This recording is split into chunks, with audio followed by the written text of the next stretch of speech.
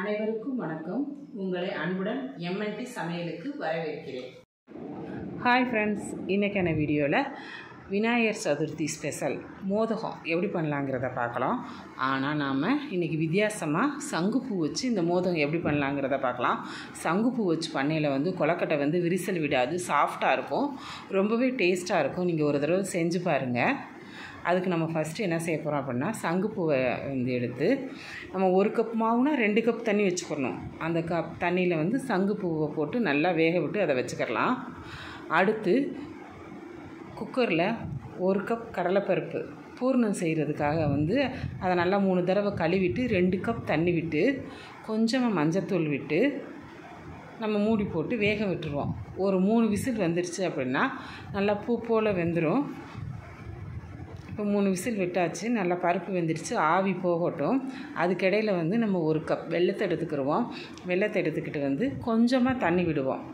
தண்ணி விட்டு கரைஞ்சால் போதும். இதுக்கு பாகுப்பதம் தேவையில்லை. வெல்லம் மட்டும் நல்லா கரையணும், அளவாக தண்ணி விடணும். ஏன்னா நிறையா தண்ணி விட்டோம் அப்படின்னா கடலைப்பருப்பு போடல அந்த பூர்ணம் ரொம்ப தண்ணியாக போயிடும். அதுக்காகத்தான் நம்ம கொஞ்சமாக தண்ணி விடுறது. இப்போ பாகு ரெடி ஆயிடுச்சு. இப்போ பருப்பு வெந்துருச்சான்னு சொல்லிட்டு பார்க்கலாம். நல்லா பூ போல் பருப்பு வெந்திருக்குது.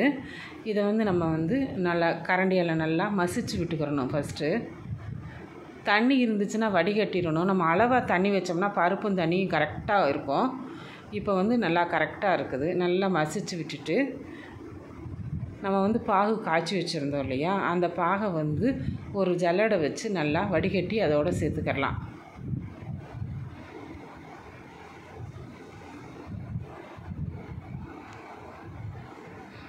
இதை நல்லா மிக்ஸ் பண்ணிக்கிறணும். கொஞ்சம் தண்ணியாக இருக்குதுன்னு சொல்லிட்டு ஒன்று நினைக்க வேணாம். நம்ம அது 2 நிமிஷம் கிண்டையிலே நல்லா தண்ணியெல்லாம் வற்ற ஆரம்பிச்சிடும். கொஞ்சமாக ஏலக்காய் தூள், அதுக்கடுத்து கொஞ்சம் பச்சை கற்பூரம் போடணும். பச்சை கற்பூரம்னா இப்படி இருக்கும், கடையில் விற்கும், வாங்கிக்கோங்க. அதை ஒரு துளி தான் போடணும், நிறையா போட்டுறக்கூடாது. இந்த அளவுக்கு அதை எடுத்து அதை நல்லா பவுட்ராக்கி அதை அப்படியே கலந்து விடணும். எல்லாத்தையுமே நம்ம தண்ணி பாகமாக இருக்கையிலே நம்ம அதை பச்சை கற்பூரம் போட்டோம்னா ஈஸியாக எல்லாத்துலேயுமே கலந்துடும். அதுக்காகத்தான் அப்போ போடுறது. அடுத்து 1 கப் தேங்காய் பூ, இதையும் சேர்த்து நல்லா மிக்ஸ் பண்ணி இப்போ நல்லா திரண்டு வர ஆரம்பிச்சிருச்சு. இந்த சமயத்தில் 1 ஸ்பூன் நெய் விட்டுக்கலாம். நெய் விட்டு நல்லா கிளறி விடணும். இப்போ பூர்ணம் ரெடி ஆயிடுச்சு. அடுத்து நம்ம மாவு ரெடி பண்ணலாம். மாவை வறுக்கிறதுக்காக ஒரு கடாயில் ஒரு 2 ஸ்பூன் நெய் விட்டுக்கலாம். நெய் விட்டுட்டு இப்போ நான் இன்றைக்கி நான் 1 கப் மாவு எடுக்கிறேன். 1 கப் மாவு போட்டு நல்லா கரண்டியாலே நல்லா கலந்து விடணும். அடுப்பு சிம்மில் வச்சு நல்லா பொன்னிறமாக வறுத்து எடுத்துக்கிறணும். நல்லா வாசம் வரணும், அந்த அளவுக்கு போதும். அடுத்து பார்த்திங்க அப்படின்னா சங்குப்பூவை நம்ம வேக வச்சுருந்தோம் இல்லையா, அந்த தண்ணியை இந்த மாவில் கலக்கணும். சங்குப்பூவோட தண்ணியும் சூடாக இருக்கும். இப்போ மாவு வறுத்ததுனால சூடாக இருக்கும், அதனால் கெட்டிப்படாது மாவு. அதுக்கடுத்து நல்லா கரண்டியை வச்சு நல்லா விடாமல் கிளறி விடணும். இப்போ மாவை கிளறி விடையில் நம்ம என்ன செஞ்சுக்கிறோம் அப்படின்னா, அடுப்பு சிம்மில் வச்சுக்கிறணும். இப்போ ஒரு பக்குவமாக வர ஆரம்பிச்சிருச்சு. இந்த சமயத்தில் என்ன செய்யணும் அப்படின்னா, 1 ஸ்பூன் நெய் விட்டுட்டு லேசாக கிளறி விட்டுட்டு அப்படியே மூடி போட்டு மூடி விட்டுறணும். நம்ம கை பொறுக்கிற சூடு வரந்தண்டிக்கும் அதுவும் மாவும் கொஞ்சம் நல்லா வெந்து அது ரெடியாக இருக்கும். இப்போ நல்லா மாவு நல்லா ஆறிடுச்சு. இந்த சமயத்தில் கையை கழுவிட்டு ஈரப்பதத்தோடத்தில் அப்படியே நம்ம பிணைஞ்சோம் அப்படின்னா மாவு கரெக்டாக வந்துடும். இப்போ மாவு ரெடி ஆயிடுச்சு, பூரணம் ரெடி ஆயிடுச்சு. இப்போ நம்ம மோதகம் செய்ய ஆரம்பிச்சிடலாம். கொஞ்சமாக நெய் எடுத்துக்கிட்டு ஒரு தட்டில், அதுக்கடுத்து நம்ம பூரணம் பண்ணுறதுக்காக அச்சு கடையில் இருக்கும். இதை வாங்கி நம்ம இப்படி செய்யலாம். இல்லை உங்களுக்கு கையிலே செய்ய முடியும் அப்படின்னா கையிலையும் செஞ்சுக்கலாம், ஈஸியாக தான் இருக்கும். ரொம்ப டிசைனாக வேணும், ஈஸியாக பண்ணணும் டக்கு டக்குன்னா அச்சு இருந்தால் வேலை ஈஸியாக முடிஞ்சிடும், அவ்வளோதான். உள்ளே கொலக்கட்டை மாவை வச்சு நல்லா ஒரு விரலில் நெய்யை தொட்டு அப்படியே உள்ளே பூர்ணம் வைக்கிற அளவுக்கு நல்லா ரவுண்ட் பண்ணிவிட்டு அதுக்கடுத்து நம்ம பூர்ணத்தை நம்ம அப்படியே உள்ளே வச்சிடணும்.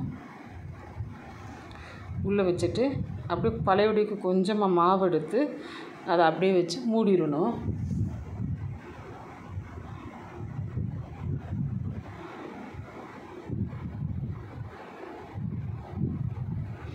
அவ்வளோதான், சூப்பரான மோதகம் ஈஸியாக ரெடி பண்ணிடலாம்.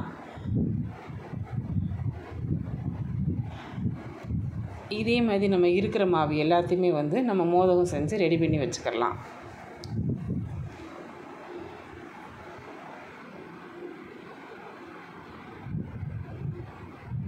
இப்போ எல்லா மாவுத்தையும் மோதகம் நம்ம ரெடி பண்ணிட்டோம். இட்லி சட்டியில் வந்து நல்லா தண்ணி காய வச்சுட்டு அதுக்கப்புறம் தட்டில் வச்சு வேக விடணும். தண்ணி காயாமல் வேக வைக்காதீங்க, அது நல்லா இருக்காது. ஒரு தட்டு ரெடி பண்ணி அதில் துணியை போட்டுட்டு அதுக்கடுத்து வந்து நம்ம மோதகத்தை நம்ம வச்சுக்கிடலாம் அந்த தட்டில். நான் இன்றைக்கி ஒரு இடியாப்பு தட்டு எடுத்திருக்கேன். அதை அப்படியே வந்து தண்ணி நல்லா காஞ்சிருச்சு. இந்த பக்குவத்தில் வந்து நம்ம கொலக்கட்டையை வேக விடணும். இப்போ கொலக்கட்டை வேகிறதுக்கு 5லேருந்து ஒரு 6 நிமிஷம் ஆகும்.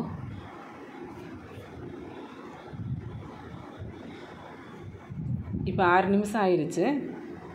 நம்ம வந்து தண்ணியை தொட்டு பார்த்துட்டு கொலக்கட்டையை தொட்டால் பிசு பிசுன்னு கையில் ஒட்டாமல் இருக்கணும். அப்போ தான் கொலக்கட்டை வெந்துருச்சுன்னு அர்த்தம். இப்போ ஒட்டலை, கொலக்கட்டை நல்லா வெந்துருச்சு. சூப்பரான சுவையான விநாயகர் சதுர்த்தி ஸ்பெஷல் மோதகம் ரெடி ஆயிடுச்சு. நீங்களும் இதை வீட்டில் செய்து பார்த்துட்டு எப்படி இருக்குது அப்படிங்கிறத கமெண்ட் பண்ணுங்கள். உங்களுக்கு இந்த வீடியோ பிடிச்சிருந்துச்சு அப்படின்னா லைக் பண்ணுங்கள், ஷேர் பண்ணுங்கள், மறக்காமல் சப்ஸ்கிரைப் பண்ணுங்கள். நன்றி, வணக்கம்.